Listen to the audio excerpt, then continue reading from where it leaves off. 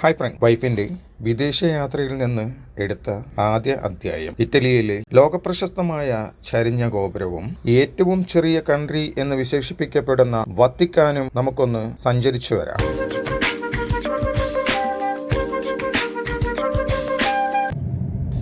The world wonder leaning tower, അതായത് പിസയിലുള്ള ചായ്വുള്ള ഗോപുരം. Italian ഭാഷയിൽ പറയുകയാണെങ്കിൽ ടോറെ പെൻഡന്റ് ഡി പിസ, അല്ലെങ്കിൽ പിസ ടവർ.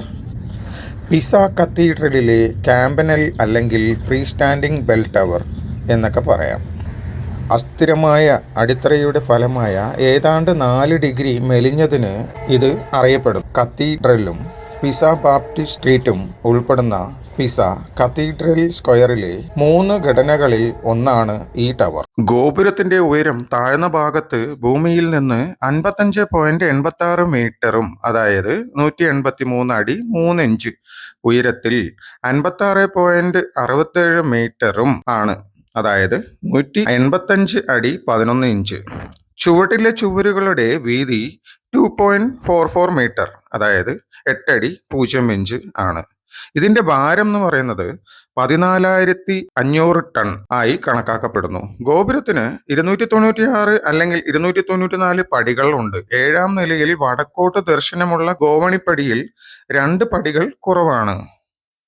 12ാം നൂറ്റാണ്ടിൽ നിർമ്മാണ വേളയിൽ ഘടനയുടെ ഭാരം ശരിയായി താങ്ങാൻ കഴിയാത്ത മൃദുവായ നിലം കാരണം ടവർ ചായാൻ തുടങ്ങി. 14ാം നൂറ്റാണ്ടിൽ നിർമ്മാണം പൂർത്തിയാക്കിയതോടെ ഇത് കൂടുതൽ വഷളായി. 1990 ആയപ്പോഴേക്കും ചരിവ് 5.5 ഡിഗ്രി എത്തി. 1993-നും 2001-നും ഇടയിൽ പരിഹാര പ്രവർത്തനങ്ങളെല്ലാം നടത്തി ഘടന സുസ്ഥിരമാക്കി. ഇതിപ്പോൾ ചരിവ് 3.97 ഡിഗ്രിയായി കുറച്ചു. ഗോപുരത്തിന്റെ നിർമ്മാണം ഒക്കെ നോക്കുകയാണെങ്കിൽ 199 വർഷത്തിനിടെ 3 ഘട്ടങ്ങളിലാണ് ടവറിന്റെ നിർമ്മാണം നടന്നത്. 1172 ജനുവരി 5-ന് ഡെൽ ഓപ്പറ ഡി സാന്റാ മരിയയുടെ വീട്ടിലെ താമസക്കാരിയും വിധവയുമായ ഡോണ ബെർണാഡോ 60 സൈനികരെ ഓപ്പറ പെട്രെ സാങ്ടെ മേരിക്ക് വിട്ടുകൊടുത്തു. ഈ തുക പിന്നീട് മണിഗോപുരത്തിന്റെ അടിത്തറയുള്ള ഏതാനും കല്ലുകൾ വാങ്ങാൻ ഉപയോഗിച്ചു. 1173 ഓഗസ്റ്റിന് ഗോപുരത്തിന്റെ അടിസ്ഥാനം സ്ഥാപിച്ചു. സൈനിക വിജയത്തിന്റെയും സമൃദ്ധിയുടെയും കാലഘട്ടത്തിൽ അതേ വർഷം ഓഗസ്റ്റ് 14-ന് വൈറ്റ് മാർബിൾ ക്യാമ്പനൈലിന്റെ താഴത്തെ നിലയുടെ ജോലി ആരംഭിച്ചു. ഈ ഗ്രൗണ്ട് ഫ്ലോർ ക്ലാസിക്കൽ കൊരിന്ത്യൻ ക്യാപിറ്റലുകളുള്ള എൻഗേജ്ഡ് കോളങ്ങളാൽ വ്യക്തമാക്കപ്പെട്ട ഒരു ബ്ലെൻഡഡ് ആർക്കിടെക്റ്റാണ്. ഏതാണ്ട് 4 നൂറ്റാണ്ടുകൾക്ക് ശേഷം ജോർജിയോ വസാരി എഴുതിയ ഗൂഗ്ലിയേൽമോ 1174-ൽ ശില്പിയായ ബോണാനോയ്ക്കൊപ്പം പിസയിലെ കത്തീഡ്രലിന്റെ മണിഗോപുരത്തിന് അടിത്തറയിട്ടു. പിസയിലെ ചരിഞ്ഞ ഗോപുരം Italian Torre pendant D pizza, Torre pendant D pizza അല്ലെങ്കിൽ പിസ ടവർ. ലോകാത്ഭുതങ്ങളിലെ 7 അത്ഭുതങ്ങളിൽ ഒന്നായ ചരിഞ്ഞ ഗോപുരം ഇങ്ങനെ നടന്നു കണ്ട് അതിശയമേ അസന്ത് പോകും നീ എന്തെന്നതിശയം.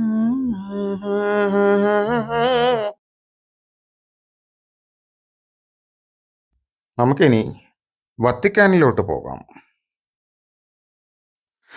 100 ഏക്കറിൽ പരന്നു കിടക്കുന്ന വത്തിക്കാൻ സിറ്റി ലോകത്തിലെ ഏറ്റവും ചെറിയ രാജ്യമാണ്.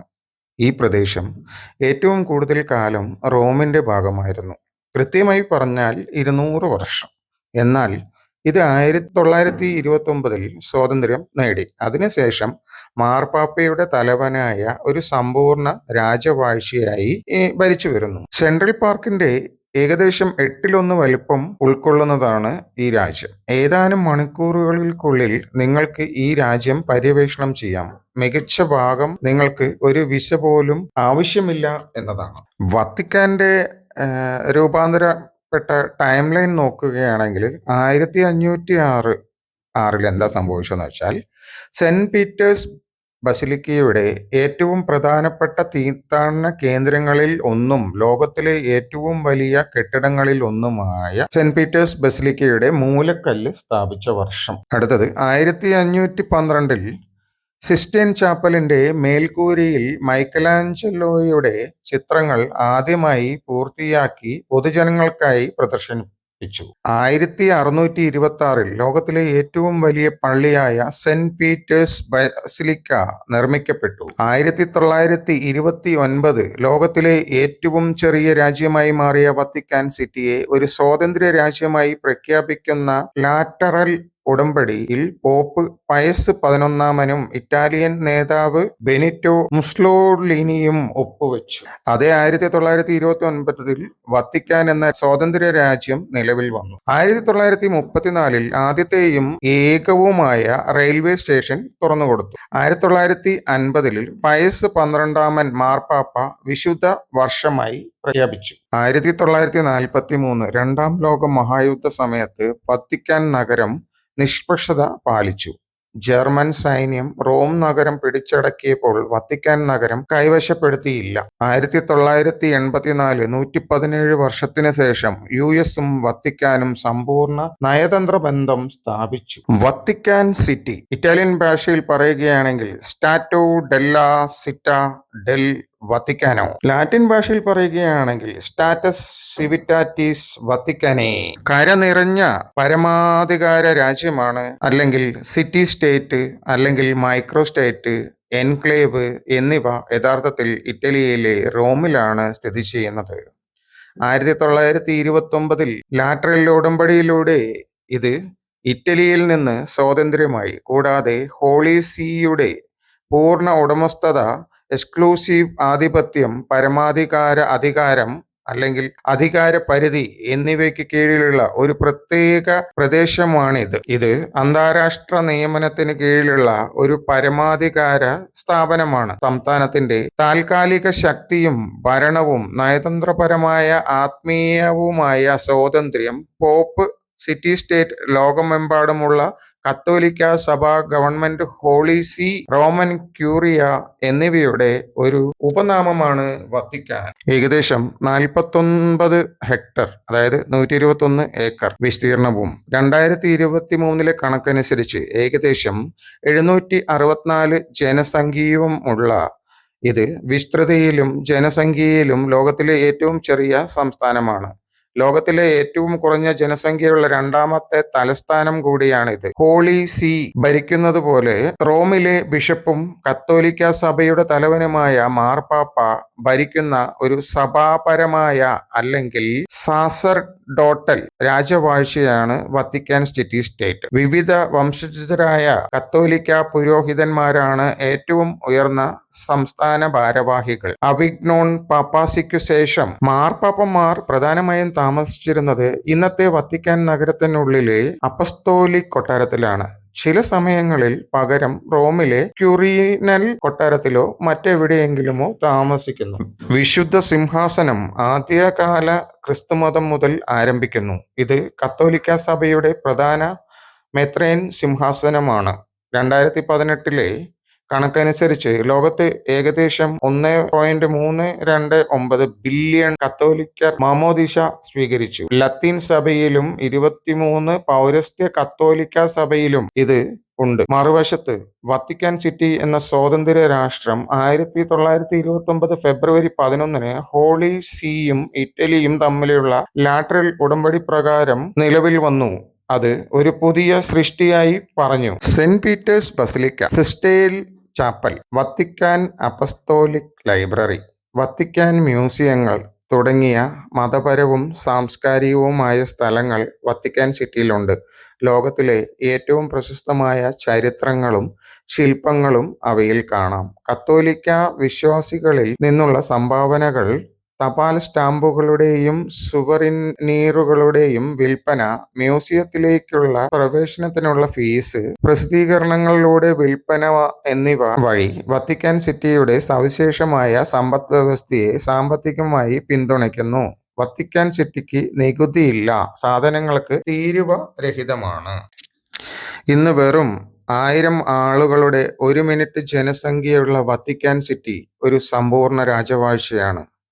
ലോകപ്രശസ്തമായ ചില പള്ളികളും മ്യൂസിയങ്ങളും ഉള്ള വത്തിക്കാൻ സിറ്റി തീർച്ചയായും ഒരു സാംസ്കാരിക ചരിത്രപരവുമായ നിധിയാണ്. ലോകത്തിലെ ഏറ്റവും വലിയ പള്ളികളിലൊന്നായ സെന്റ് പീറ്റേഴ്സ് ബസിലിക്ക, ലോകപ്രശസ്തമായ സിസ്റ്റൈൻ ചാപ്പൽ, വത്തിക്കാൻ മ്യൂസിയം എന്നിവ ദശലക്ഷക്കണക്കിന് സഞ്ചാരികളെ ഈ കൊച്ചു പറുദീസയിലേക്ക് ആകർഷിക്കുന്ന ചില അത്ഭുതങ്ങളാണ്. സെന്റ് പീറ്റേഴ്സ് ബസിലിക്ക വത്തിക്കാനിലെ വിശുദ്ധ പത്രോസിന്റെ മാർപ്പാപ്പ ബസിലിക്ക. ഇറ്റാലിയൻ ഭാഷയിൽ പറയുകയാണെങ്കിൽ ബസിലിക്ക പാപ്പല്ലെ ഡി സാൻ പിയേട്രോ ഇൻ വത്തിക്കാനോ അല്ലെങ്കിൽ സെന്റ് പീറ്റേഴ്സ് ബസിലിക്ക. ലാറ്റിൻ ഭാഷയിൽ ബസിലിക്ക സാങ്ക്ടി പെട്രി. ഇറ്റാലിയൻ ഭാഷയിൽ പറയുകയാണെങ്കിൽ ബസിലിക്ക ഡി സാൻ പിയേട്രോ ആണ്. വത്തിക്കാൻ സിറ്റിയിൽ സ്ഥിതി ചെയ്യുന്ന ഇറ്റലിയിൽ ഉയർന്ന നവോത്ഥാനത്തിന്റെ ഇറ്റലിയിലെ റോം നഗരത്തിനുള്ളിൽ ഒരു സ്വതന്ത്ര മൈക്രോ സ്റ്റേറ്റ് ആണ്. 4-ാം നൂറ്റാണ്ടിൽ റോമൻ ചക്രവർത്തിയായ കോൺസ്റ്റന്റൈൻ ദി ഗ്രേറ്റ് പണികഴിപ്പിച്ച പഴയ സെന്റ് പീറ്റേഴ്സ് ബസിലിക്കയ്ക്ക് പകരമായി 15-ാം നൂറ്റാണ്ടിൽ നിക്കോളാസ് 5-ാമൻ മാർപ്പാപ്പയും പിന്നീട് ജൂലിയാസ് 2-ാമൻ മാർപ്പാപ്പയും ചേർന്നാണ് ഇത് ആദ്യം ആസൂത്രണം ചെയ്തത്. ഇന്നത്തെ ബസിലിക്കയുടെ നിർമ്മാണം 1506 ഏപ്രിൽ 18 ആരംഭിച്ച് 1626 നവംബർ 18 പൂർത്തിയായി. മേജർ പോപ്പൽ ബസിലിക്ക പദവി വഹിക്കുന്ന ലോകത്തിലെ 4 പള്ളികളിൽ സെന്റ് ജോൺസ് ലാറ്ററൻ ആർച്ച് ബസിലിക്കയ്ക്ക് ശേഷം സെന്റ് പീറ്റേഴ്സ് 2-ാം സ്ഥാനത്താണ്. അവയിൽ 4 റോമിലാണ്. കൂടാതെ റോമിലെ 7 തീർത്ഥാടക ദേവാലയങ്ങളിൽ ഒന്നാണ് ഇത്. ജനകീയ തെറ്റിദ്ധാരണയ്ക്ക് വിരുദ്ധമായി ഇത് ഒരു കത്തീഡ്രൽ അല്ല, കാരണം അത് ബിഷപ്പിന്റെ ഇരിപ്പിടമല്ല. റോമിലെ ബിഷപ്പ് എന്ന നിലയിൽ മാർപ്പാപ്പയുടെ കത്തീഡ്രൽ സെന്റ് ജോൺ ലാറ്ററന്റെ ആർച്ച് ബസിലിക്കയാണ്.